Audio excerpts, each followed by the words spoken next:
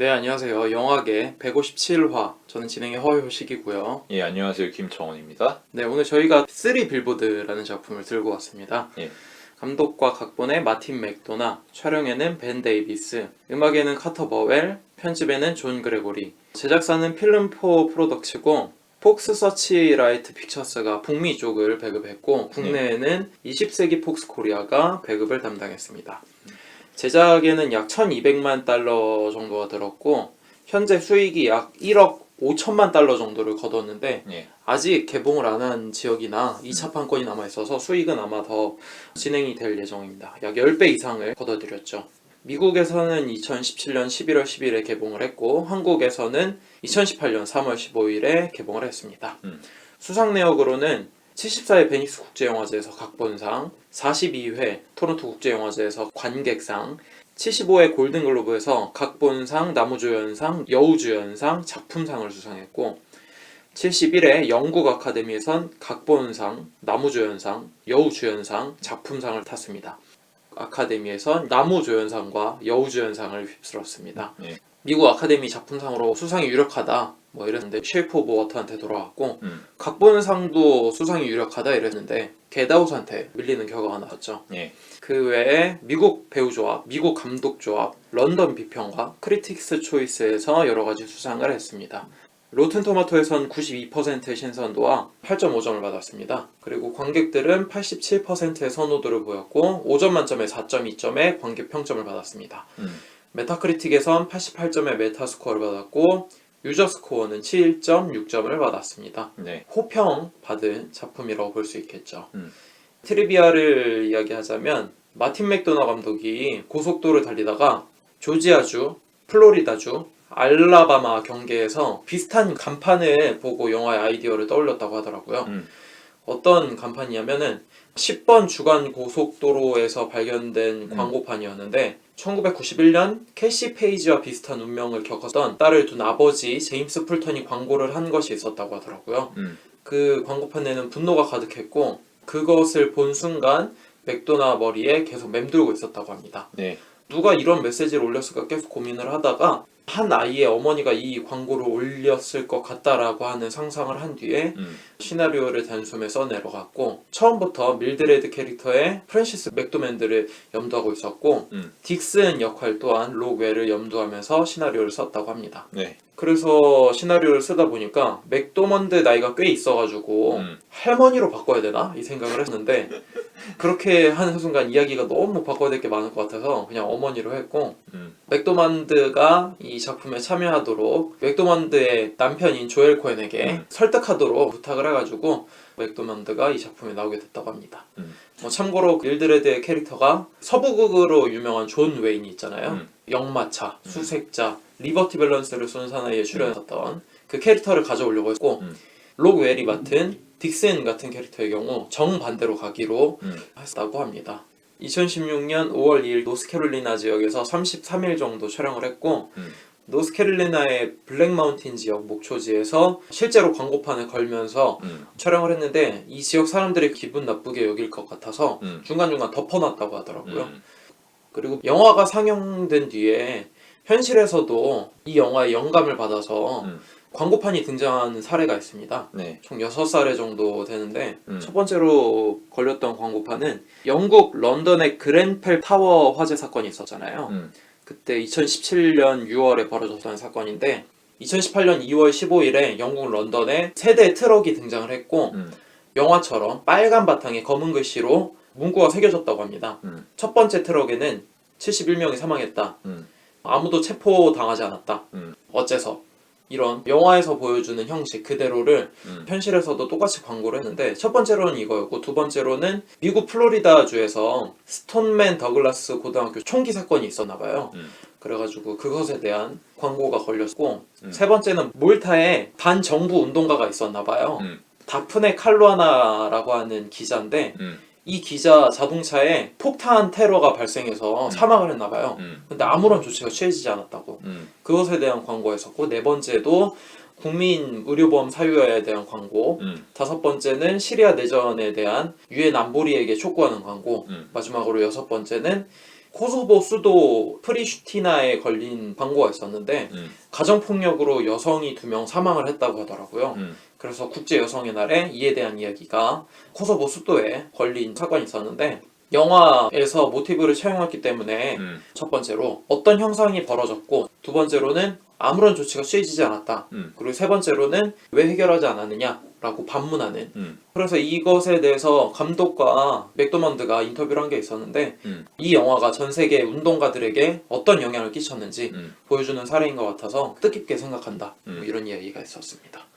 트리비아는 이 정도로 넘어가도록 하고 스텝부터 소개를 하도록 하겠습니다. 네. 각본과 감독의 마틴 맥도나, 전작으로는 식스 슈터, 킬러들의 도시, 세븐 사이코패스 등이 있었습니다. 네. 제2의 쿠엔틴 타란티노라고 하는 평가를 받았고 식스 슈터라고 하는 단편을 통해서 아카데미 단편 영화상을 수상한 바가 있었습니다. 예. 재기 발랄하고 재미있는 감독이라고 볼 수 있는데 킬러들의 도시가 역시 대표작이라고 할 수 있고 객적은 이야기를 잘하지. 객적은 이야기. 서사 전개가 정형화되어 흘러가는 게 아니라 갑자기 얼토당토않은 전복이 일어나고 반전이 행해지고 정신없는 이야기를 잘 짠다고 생각하는데 킬러들의 도시가 그걸 잘 보여줬다고 생각하고 등장인물들끼리 서로가 죽고 죽이는데 그게 다 오해고 그런 식으로. 저도 두 편을 봤습니다. 킬러들의 도시와 세븐 사이코패스. 특징이 몇 가지 있더라고요. 첫 번째로는 정치적으로 올바르지 않는 인물들이 폭주하면서 마음껏 뛰노는 영화를 잘 그린다. 한계가 없는 것 같아요, 이야기하는 데 있어서. 도덕적으로. 두 번째로는 맥거핀이 없다. 이 감독의 영화를 보면은 처음에 그냥 어설펐을 것 같은 사건, 뭐 작은 일인 것 같은데도 꼭 마무리를 지어주더라고요. 맥거핀으로 남겨두지 않고 관객들이 해석할 여지를 그냥 줘버리지 않고 자기가 그냥 완결시켜버리더라고요. 맞아. 그것에 대한 쾌감을 좀 갖는 감독이기도 하고, 세 번째로는 썼던 배우를 계속 쓴다. 이번 영화에도 그런 면들이 어느 정도 반영은 되어 있지만 완벽하게 자기 스타일로 만든 것 같지는 않다는 생각이 들고, 아무래도 연극을 써내려가던 극작가였기 때문에 카메라랄지 미장센이랄지 영상으로 주는 스타일은 없다라는 생각이 들더라고요, 저는. 네, 그 정도로 추격할 수 있을 것 같고, 개인사를 좀 이야기하자면은 부모님이 원래 아일랜드 이름이었어요. 근데 영국으로 이주를 오게 되고 아버지는 거의 막노동꾼이었고 어머니는 청소부였는데 16살에 부모님들이 다시 고향으로 떠나버립니다. 근데 형하고 마틴 맥도나는 영국에 남게 돼요. 고등학교도 중퇴합니다. 그러고 나서 작가가 되고 싶다라는 생각을 했더라고요. 그래서 굉장히 많은 작품을 어렸을 때부터 썼는데 25살에 리나인의 뷰티 퀸이라고 하는 첫 희곡을 썼는데 아일랜드의 한 극단에 의해서 발표가 되면서 극작가로 처음 이름을 알리게 됩니다. 그 이후에 굉장히 승승장구를 했어요. 어느 정도였냐면은 웨스트엔드에서 마틴 맥도나가 쓴 연극 4편이 동시에 상영이 될 정도였다고.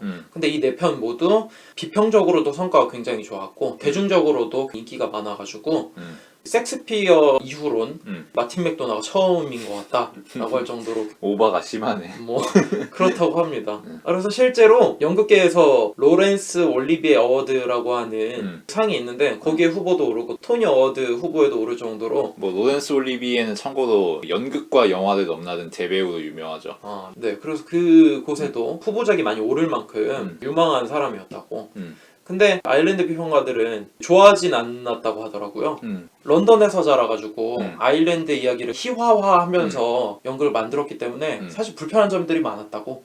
근데 그 이후에 연극 쪽은 손을 떼버리고 비평가들이 엿먹으라는 듯이 영화 쪽으로 진출을 하면서 본인의 재능을 대내외적으로 잘 알리고 잘 이용하는 감독이라고 볼 수 있을 것 같습니다. 겸손하진 않더라고요, 보니까.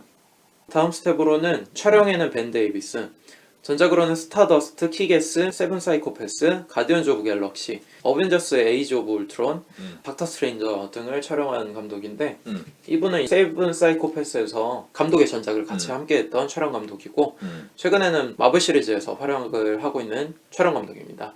편집에는 존 그레고리, 전작으로는 인생은 향기로워, 비밀과 거짓말, 도니 브레스코, 페넬로피, 킬러들의 도시, 세상의 모든 계절, 미스터 터너. 이분은 마이클 리 감독의 작품들을 많이 편집했던 감독이고 영국에서 핫한 감독들의 음. 러브콜을 많이 받지 않나 이런 이야기를 할 수 있을 것 같습니다. 네. 다음으로 음악 감독인 카터 버웰, 전작으로는 블러드 심플, 밀러스 크로싱, 바톤 핑크, 허드서커 대리인, 파고, 조의 아파트, 위대한 레보스키, 존 말코비치 대기, 오 형제 어디 있는가, 그 남자는 거기 없었다, 노인을 위한 나라는 없다, 킬러들의 도시, 시리어스맨, 세븐 사이코패스, 캐롤, 아노말리사, 헤일 시저, 파운더 등의 음악 감독입니다. 네. 저희가 102화 캐롤, 103화 그 남자는 거기 없었다, 128화 헤일 시저 등에서 이야기를 한 바 있습니다. 네. 벌써 네 번째나 언급되네요. 영화계 패널이라고 해도 본인도 모르는 사이에. 네. 코엔 형제의 작품에 많이 등장을 했고 코엔 형자 하면은 떠오르는 영화의 느낌들 있잖아요. 그런 느낌들이 맥도나 감독에도 굉장히 어울리지 않나라는 생각을 해봅니다. B급 감성만 조금 섞어버리면은 맥도나가 추구하고자 하는 영화 이야기와 비슷하다는 생각이 들더라고요. 특히나 이번 작품은 코엔 형제 작품의 냄새가 살짝 나기도 하잖아요. 그런 의미에서 카타버엘이랑 잘 맞지 않나 저는 생각을 좀 해봅니다. 스텝은 이 정도로 넘어가도록 하고 배우 소개로 넘어가도록 하겠습니다. 예. 주인공 밀드레드 역할의 프랜시스 맥도먼드, 전작으로는 블러드 심플, 아리조나 유괴 사건, 미시시피 버닝, 밀러스 크로싱, 바톤 핑크, 쇼컷, 프라이멀 피어, 파고, 올모스트 페이머스, 노스 컨트리, 그 남자는 거기 없었다, 헤일 시저 등에 나왔습니다. 네. 103화 그 남자는 거기 없었다, 128화 헤일 시저 등에서 이야기를 한 바가 있었죠. 네. 뭐 이번 역할에 굉장히 어울리지 않나. 등장만으로도 밀드레드는 이런 캐릭터겠구나 라고 하는 것이 바로 보이는 느낌이 좀 있었어요. 네. 코엔 형제가 복 받은 거지. 필요하면 바로 기용할 수 있는 배우도 있고. 그러네요. 다음으로는 윌러비 역할의 우디 에럴슨, 전작으로는 LA 이야기, 덩크슛, 웩더독, 오스틴 파워, 애프터 선셋, 노스 컨트리, 노인을 위한 나라는 없다, 좀비랜드, 세븐 사이코패스, 헝거게임 시리즈, 혹성 탈출 종의 전쟁에선 장군으로 나왔고, 한 솔로 스타워즈 스토리에 나올 거고, 앞으로 나올 스파이더맨 스피인오프 격인 베놈에 출연하는 걸로 알려져 있습니다. 네. 텍사스주 미드랜드 출생이고 덩크슛이라고 하는 작품을 통해서 웨슬리 스나이프스와 함께 이름을 알렸습니다. 어렸을 적에 부친이 범죄 조직에 몸을 담고 있었다고 하더라고요. 맞아. 그래서 20대 초반에 판사를 살해를 했고 그 혐의로 종신형을 살다가 2007년에 교도소에서 69세 나이로 사망을 했다고 알려져 있습니다. 네. 그래서 그런지 본인도 사고를 많이 쳤다고 하더라고요. 결혼 생활도 굉장히 짧았다고. 이 사람의 대표작은 역시 레리 플랜트가 아닌가? 포르노 잡지를 만드는 인간 쓰레기가 표현의 자유를 외치는 대중운동의 선봉장이 되는 모순적이고 양면적인 양상을 아주 재미있게 그려낸 영화인데 거기서 연기가 좋았지, 레리 플랜트로서. 저는 아직도 기억에 남는 연기가 좀비랜드에서 카우보이 역할을 했어요. 근데 트윈키를 굉장히 사랑을 해가지고 그거 먹으려고 아주 좀비들이랑 사투를 벌이는 그거 보고 엄청 먹고 싶더라고요. 코믹한 이면이 있는 연기를 굉장히 잘했는데 버드맨 보면은 리건 톰슨이 주연 배우 펑크나니까 섭외할 사람 누구 있는지 물색하면서 이 배우 저 배우 파트너하고 같이 얘기하면서 이야기 나누잖아. 근데 그 중에 우디 에럴슨도 나오거든. 이 리건이 우디 에럴슨은 어떠냐고 이렇게 물어보니까 감독이 그 새끼 헝거게임 찍으러 갔잖아. 이거 섭외할 수가 없다고. 아 그러네. 그때 우디 에럴슨을 들먹이는 게 너무 웃기더라고. 영화에 출연하지 않았는데 딱 각인이 되더라고. 네. 아, 이 새끼 요즘 헝거게임 찍고 있지? 이게. 최근 근황을 버드면서 친절하게 알려주시네요. 네. 다음으로는 딕슨 역할의 샘 로겔입니다. 전작으로는 클라우하우스, 머시, 글로리 데이즈, 한여름밤의 꿈, 그린마일, 미녀삼총사 컴패션, 비겁한 로버트 포드의 제시 제임스 암살, 조슈아, 프로스트 대 닉슨, 더문, 아이언맨2, 컨빅션, 사이펀 사이코패스, 싱글샷 등이 나왔습니다. 네. 이 배우는 컴패션이라고 하는 작품을 통해서 베를린 국제영화제에서 은곰상, 남자 연기상을 받았고 더 문이라고 하는 작품을 통해서 시애틀 국제영화제, 시체스 영화제 나무주연상을 받았고 영국 아카데미에는 나무주연상 후보에 올랐습니다. 네. 그리고 이번 3 빌보드를 통해서 골든글로브, 크리틱스 초이스, 미국, 영국 아카데미 시상식에 그리고 미국 배우 조합상 등에서 나무주연상을 받은 배우입니다. 더문이 가장 유명한 작품이 아닌가? 음. 거기서 1인 자역을 하잖아. 음. 1인 자역 아닌 1인 자역인데 여튼 그쵸. 그게 참 눈물 나는 스토리였는데 음. 그때 주인공의 억울하고 분통 터지고 황당한 그 심정을 참 잘 묘사했던 기억이 나네. 네, 저는 그린마일에서 악당 역할을 했어요. 인종차별하는. 그쵸. 그때 굉장히 호되게 한번 당하잖아요. 그때 모습을 보면 음. 아직도 인상 깊은데 음. 얼굴이 그런 역할에 최적화되어 있지 않나 그런 생각을 좀 해보고 캘리포니아의 델리시티 출신이고 부모님 역시 배우였다고 하더라고요. 2살 때 뉴욕으로 건너왔고 5살에는 다시 또 샌프란시스코로 이사를 하면서 고등학교에 다녔는데 그때 당시에 인디 영화인 클라운하우스에 출연을 했다고 합니다.